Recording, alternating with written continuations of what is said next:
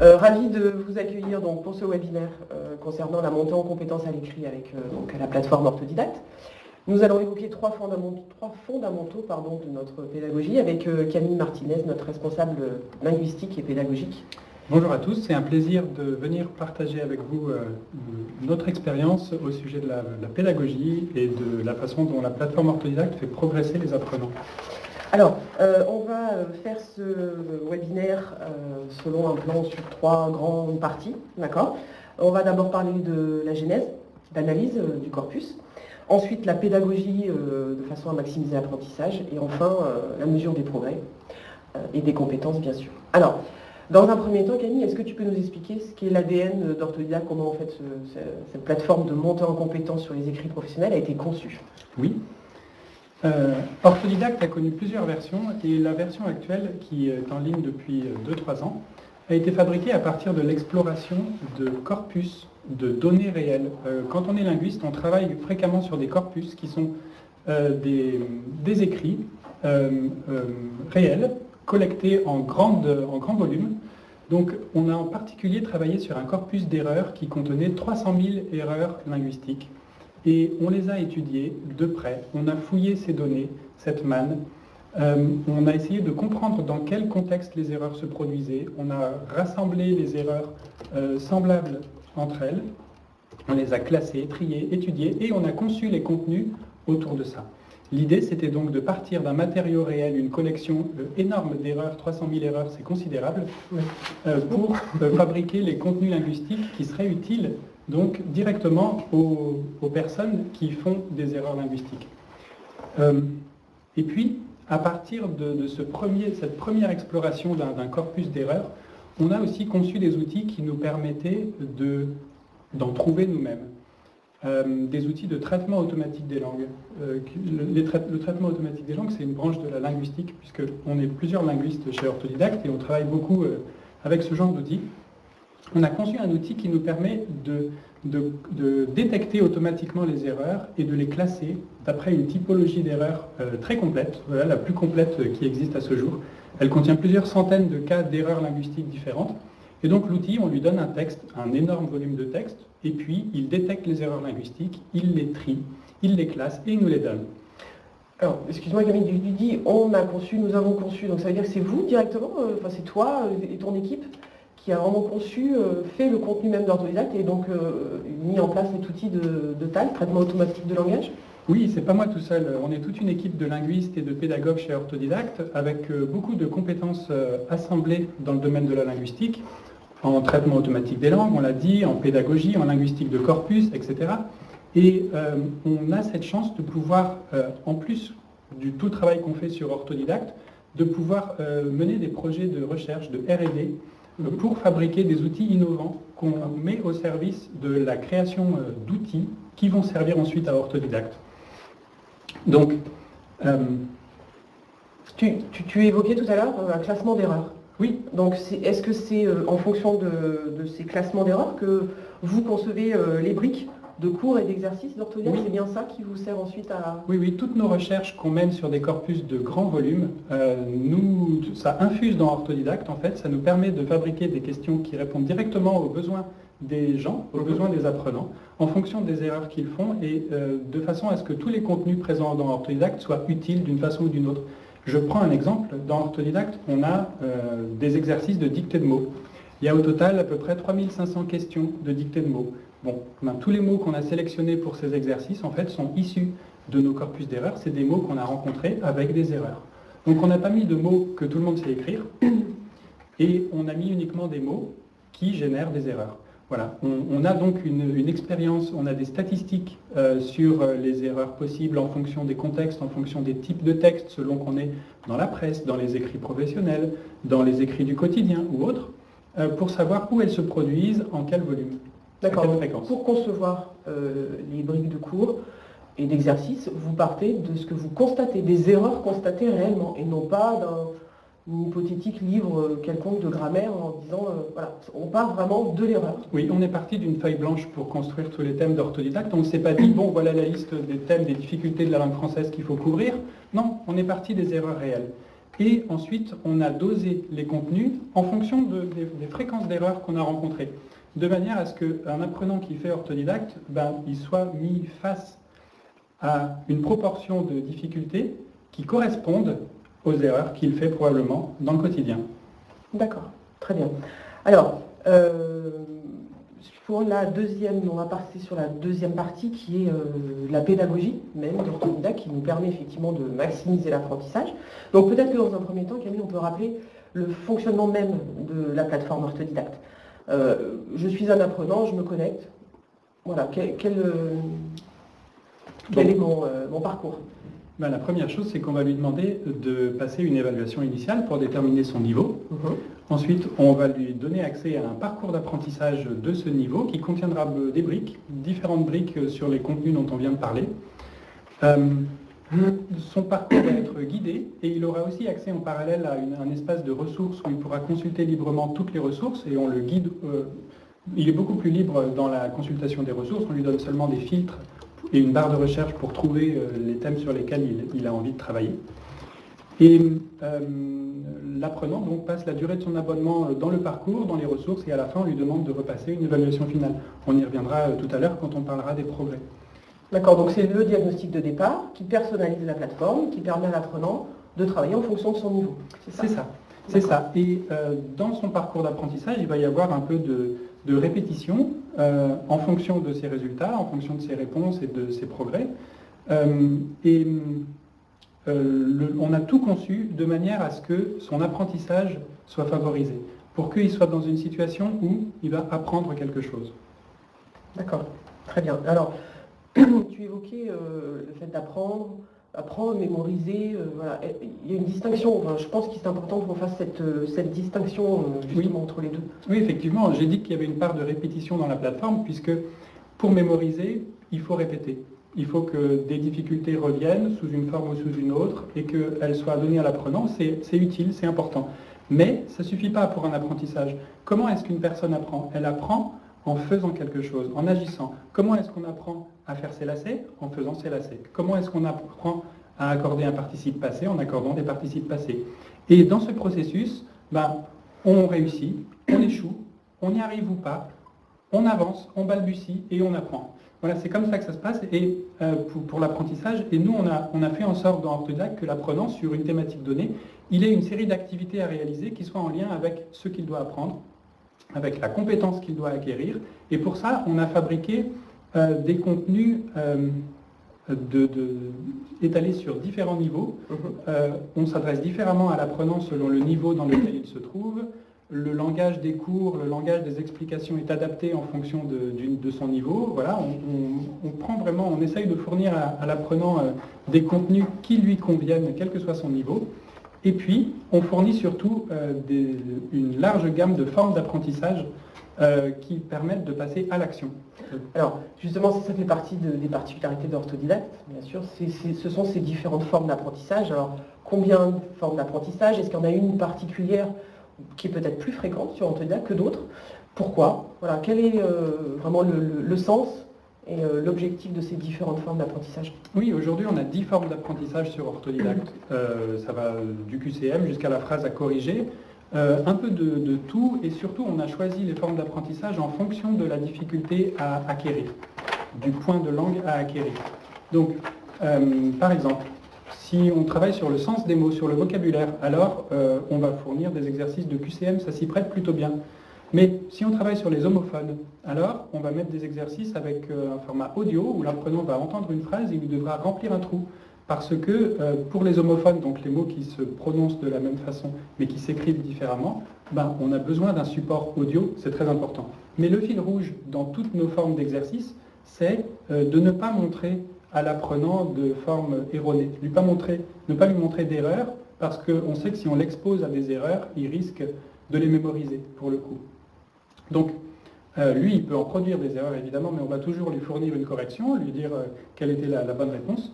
Et en fait, il n'y a que dans notre évaluation actuellement que l'apprenant voit des formes erronées, mais en aucun cas dans son parcours d'apprentissage. Sur l'évaluation, juste un mot, ça ne va pas durer. Voilà, on prépare quelque chose pour que l'évaluation ne montre pas de forme erronée, parce que pédagogiquement, c'est pas une bonne approche. Je crois d'ailleurs que tu parles de pédagogie bienveillante, pédagogie positive, comment on peut déterminer ça précisément? Oui, c'est ça. La pédagogie qu'on a sur Orthodidacte, elle est bienveillante.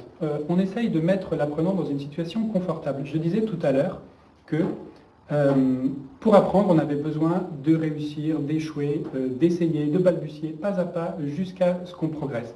Bon, en fait, on a conçu nos exercices et on a dosé leurs difficultés de manière à ce que l'apprenant soit, dans tous les cas, dans cette situation. Nos exercices font 10 questions.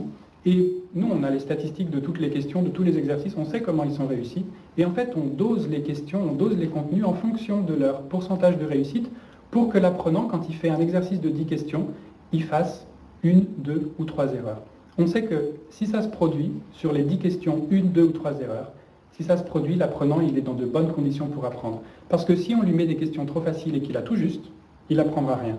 Si on lui met des questions trop difficiles et qu'il a tout faux, ou bien seulement 1, 2, 3 bonnes réponses, il n'apprendra pas. C'est trop difficile pour apprendre. Les bonnes conditions, en fait, pour que l'alchimie se crée pour l'apprentissage, il faut que le taux d'erreur soit maîtrisé dans l'exercice. Donc, on est en charge de ça. Moi, tous les mois, j'épluche les statistiques de la plateforme pour la faire évoluer en permanence, la mettre à jour, changer les questions, etc. pour que ce pourcentage de réussite soit toujours à peu près au même niveau dans tous les exercices, et pour que l'apprenant soit dans une situation positive. On essaye donc de créer un cadre d'apprentissage bienveillant. On sait qu'il va se tromper, mais c'est le jeu. Donc on sait que dans cet exercice, il va faire 2-3 erreurs, c'est prévu. C'est pour lui permettre d'apprendre, pour lui tendre la perche.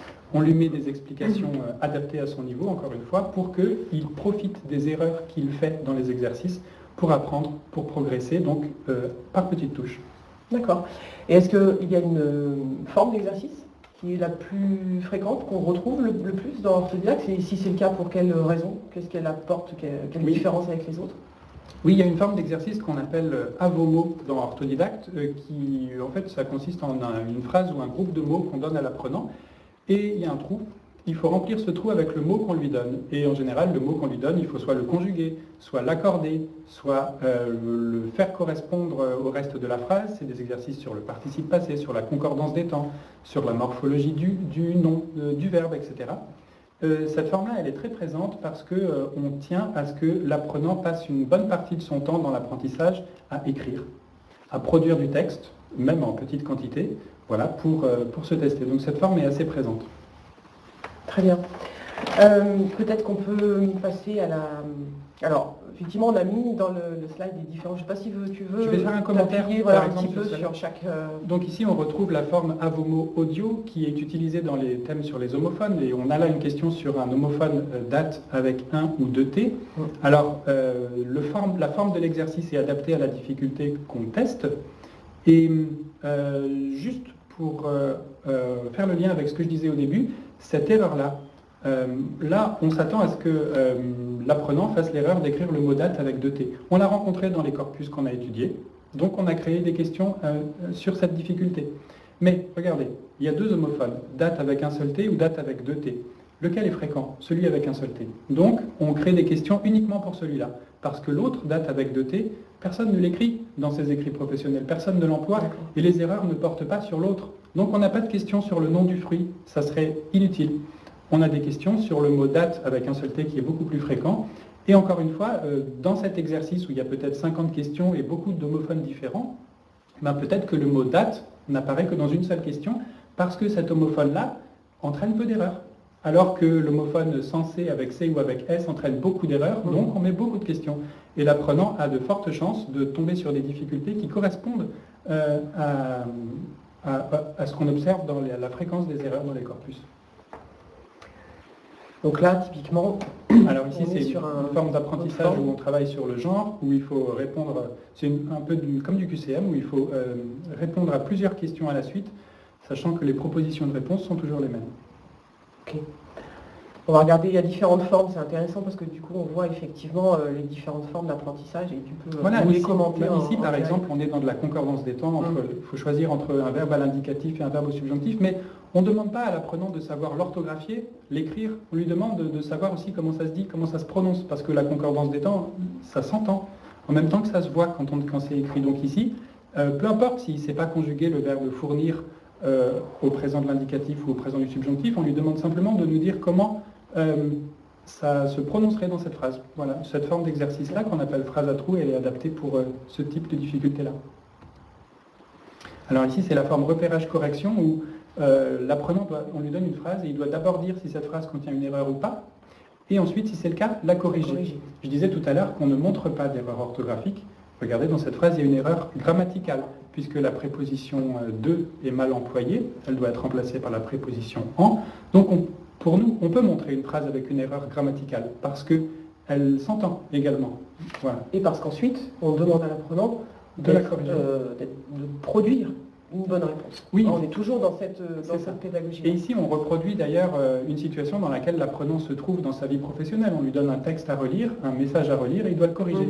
Bon, il peut y avoir cette erreur dans le message à relire, parce que ce type d'erreur, et en l'occurrence, c'est l'emploi de la préposition derrière riche, dans la formule riche en quelque chose, ce type d'erreur, on l'a rencontré dans les corpus. Donc, on a fabriqué des phrases adaptées à cette difficulté. D'accord, très bien.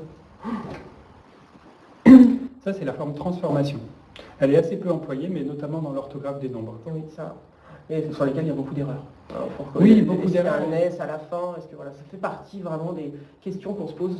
On est nombreux. Alors toi, j'imagine que non, mais nous sommes nombreux à nous poser la question chaque fois qu'on lit. Beaucoup d'erreurs, c'est vrai, et beaucoup d'orthographes différentes qui sont permises aussi. C'est assez complexe si on veut maîtriser le sujet à fond.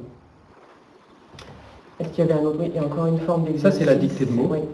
Ok, donc là, il y a une partie audio, on entend le mot, le mot autorité, et l'apprenant doit effectivement utiliser son clavier pour l'écrire avec la bonne orthographe. Et voilà la forme repérage au clic. Alors ici, on pose une question à l'apprenant, et ici, avec quoi le participe passé doit-il s'accorder?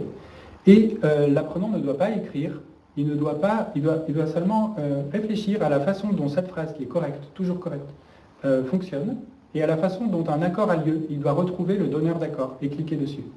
Donc on est là sur des exercices assez interactifs où on favorise la réflexion de l'apprenant. On n'est pas au stade de l'apprentissage, on est juste avant de faire par soi-même, on lui donne des phrases à étudier et il doit comprendre comment ça se passe.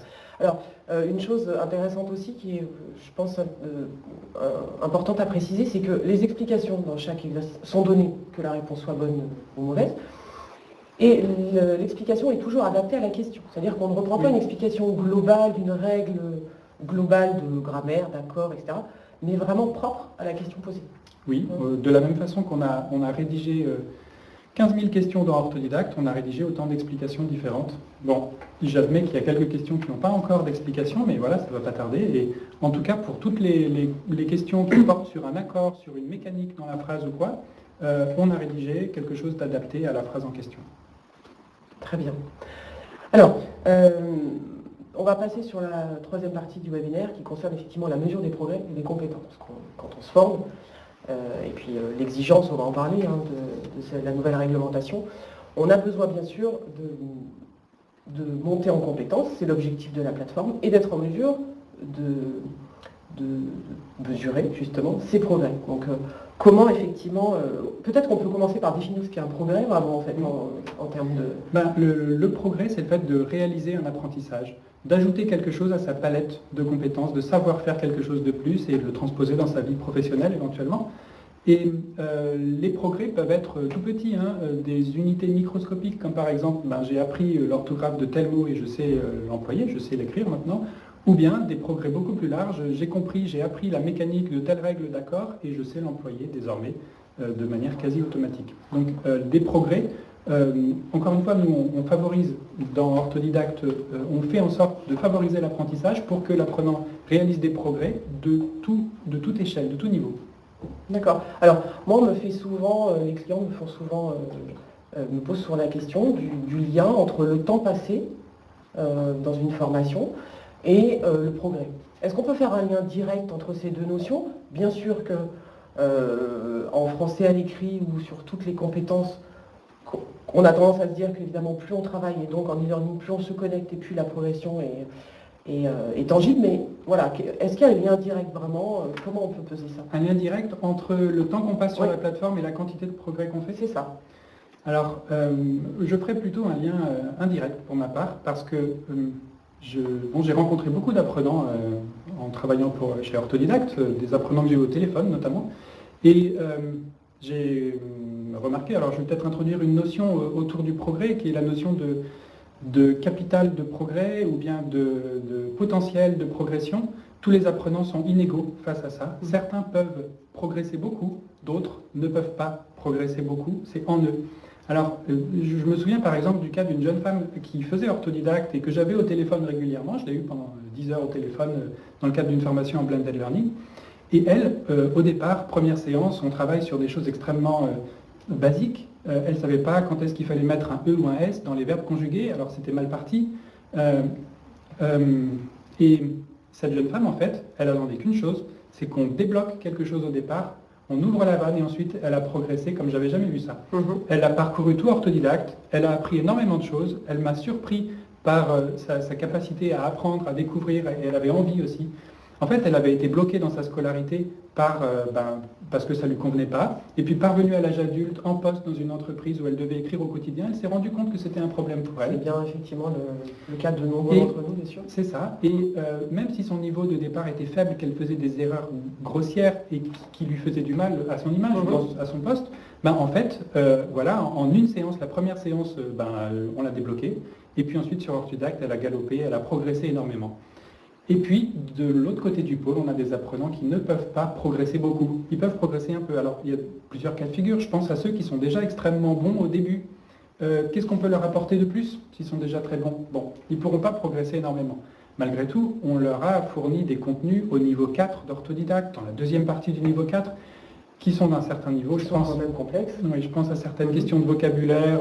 On essaye de cultiver leur goût pour la langue en leur fournissant des contenus qui vont les amuser, qui vont entretenir leur éventuelle passion pour la langue et leur donner envie de poursuivre par eux-mêmes aussi cet apprentissage sans aller dans les trucs extrêmement complexes. Mais ça ne représente pas la majorité. Ils sont très peu. Voilà. Et il y a également parmi les apprenants qui ne peuvent pas beaucoup progresser, des gens qui ont un niveau extrêmement faible pour différentes raisons, et qui ont besoin d'énormément de répétitions pour acquérir des choses qui paraissent très simples pour la plupart. Par exemple, au pluriel, on met un S au nom, et ils vont être bloqués parce que certains ont un pluriel en AUX ou autrement, ou sont invariables, et ce genre de difficulté va les bloquer complètement. Ils ont besoin de beaucoup de temps pour apprendre peu. Donc finalement, tout dépend du profil de l'apprenant, de sa capacité à apprendre. Et peut-être faire un lien direct en tout cas. Voilà. Peut-être que s'il y a des DRH qui sont dans l'assistance aujourd'hui, ils voient ce dont je parle. C'est-à-dire qu'il y a des personnes qu'on va pouvoir emmener très loin, faire beaucoup progresser, et puis d'autres, elles ont des capacités limitées d'apprentissage, et donc on va leur fournir tout ce qu'on peut, mais on sait qu'on ne pourra pas les amener extrêmement loin. D'ailleurs, le but dans Orthodidacte, quand on démarre, c'est pas de tout faire. C'est pas l'objectif, de tout faire, d'arriver à la fin du niveau 4, parce que c'est pas accessible à tout le monde. Non, chacun se fixe son objectif dans Orthodidacte, en fonction de sa capacité à apprendre, à progresser. De son niveau de départ, bien sûr. De ses objectifs aussi. De ses objectifs professionnels. Et puis, il y a des personnes qui vont faire tout le niveau 1, par exemple. Alors, le niveau 1, c'est des choses très simples, pour la plupart, surtout au début. Conjugaison de être et avoir au présent, par exemple, voilà, le pluriel du nom avec un S. J'ai vu des gens buter sur ces difficultés, que j'ai eu au téléphone également d'ailleurs. On leur fournit ça pour consolider les quelques bases qu'ils ont acquises, pour réparer les plus grosses lacunes, et ça sera déjà ça de gagner, ça sera déjà beaucoup pour eux. Ok, très bien. Alors, on parle effectivement de progrès, on sait aujourd'hui, Camille, qu'avec la nouvelle réglementation de la formation, on va parler de progrès, mais on va parler de progrès en termes de compétences. Oui. C'est à ça qu'on nous pousse. Alors, comment Orthodidacte est organisé par rapport à tout ça et à cette nouvelle mesure de montée en compétences? Comment ça va se passer Alors déjà, aujourd'hui dans Orthodidacte, on mesure les progrès de l'apprenant avec une page de statistiques qui est dédiée à ça, entre son niveau initial et son niveau final, et qui présente les 7 catégories de thèmes de la plateforme: accord, conjugaison, grammaire, homophone, orthographe, rédaction professionnelle et vocabulaire. Donc on peut regarder dans ces 7 catégories de thèmes ces progrès. Aujourd'hui, on propose aussi donc de passer une évaluation initiale et une évaluation finale au même format avec le même type de contenu pour qu'elles soient comparables et qu'on puisse mesurer les progrès de l'apprenant en termes de pourcentage de bonnes ou de mauvaises réponses dans ce test. D'accord. Et on prépare quelque chose qui sera disponible à partir de septembre, cette année, la rentrée de septembre. On a profité de cette réglementation pour revoir tout un grand pan de la plateforme pour avoir une approche par les compétences. Et en l'occurrence, j'ai dit tout à l'heure, j'ai parlé des erreurs qu'on relève. J'ajoute d'ailleurs, je fais un flashback. Tout à l'heure, j'ai dit qu'on était parti de 300 000 erreurs et qu'on avait conçu un outil qui permet d'en détecter davantage, si bien qu'on les ramasse à l'appel. Aujourd'hui, on a plus de 3 millions d'erreurs. On a la plus grande collection d'erreurs linguistiques jamais réalisées. Et on l'exploite en permanence pour mettre à jour Orthodidacte et être sûr que les contenus correspondent aux besoins des personnes. Donc on a 3 millions d'erreurs linguistiques qu'on exploite. Et c'est exponentiel d'ailleurs. Je reprends le fil. Je disais qu'on a aussi conçu une typologie d'erreurs avec des centaines de cas possibles. Et bien de cette typologie est né un référentiel de compétences qui a aussi servi à fabriquer la certification Le Robert, déclinée en 9 compétences. Et toutes les questions d'orthodidacte sont non seulement branchées à la typologie d'erreurs dont j'ai parlé, mais elles sont branchées à ce référentiel de compétences, si bien que on sait maintenant que quand l'apprenant travaille sur un exercice, sur une question, il travaille telle ou telle autre compétence. Et on va, étant donné qu'on a toutes ces données-là à disposition, on va les mettre aussi à disposition de l'apprenant, de ses encadrants, etc., pour qu'on puisse suivre son profil de compétences en détail. On a mis un tout petit extrait de la page là, il y a une demi-compétence là, en particulier sur l'orthographe des mots et le genre des noms, pour montrer un peu à quoi ça va ressembler. Voilà cette nouveauté pour la rentrée de septembre. En fait, l'apprenant, quand il va démarrer sur Orthodidacte, il va passer son évaluation initiale et ça va remplir déjà son profil de compétences. Donc les 9 compétences qui sont déclinées même en une cinquantaine de sous-compétences, c'est assez précis. Et puis, à chaque fois qu'il va répondre à une question sur Orthodidacte, ça va alimenter en direct son profil de compétences, si bien qu'il va suivre ses progrès. Et on verra également, il pourra voir sur la plateforme également ses progrès en termes de sous-compétences, comme tu le disais, c'est-à-dire pas que sur les 9 compétences, mais bien également tout ce qui est les compétences complémentaires, les sous-compétences. Vue détaillée de toutes les sous-compétences, et ce qui lui permettra aussi d'avoir une vue sur son profil linguistique. Ça, c'est du jamais vu ailleurs pour le français. Et de le suivre en direct pour choisir dans son apprentissage, pour qu'il soit plus proactif, qu'il puisse choisir davantage ce qu'il souhaite travailler, pour qu'il puisse se donner d'autres objectifs. Par exemple, s'il veut travailler sur le participe passé, il va pouvoir avoir comme indicateur toutes ces barres de compétences de participe passé, il y en a plusieurs, et on va lui fournir les contenus adaptés pour qu'il puisse travailler cette compétence-là. Et à la fin de la formation, il va ressortir avec à nouveau son profil linguistique actualisé en fin de formation et on pourra voir tous les progrès réalisés pour chacune des compétences. Tout ça va être mis en relation avec le poste qu'il occupe, avec son ambition professionnelle, etc.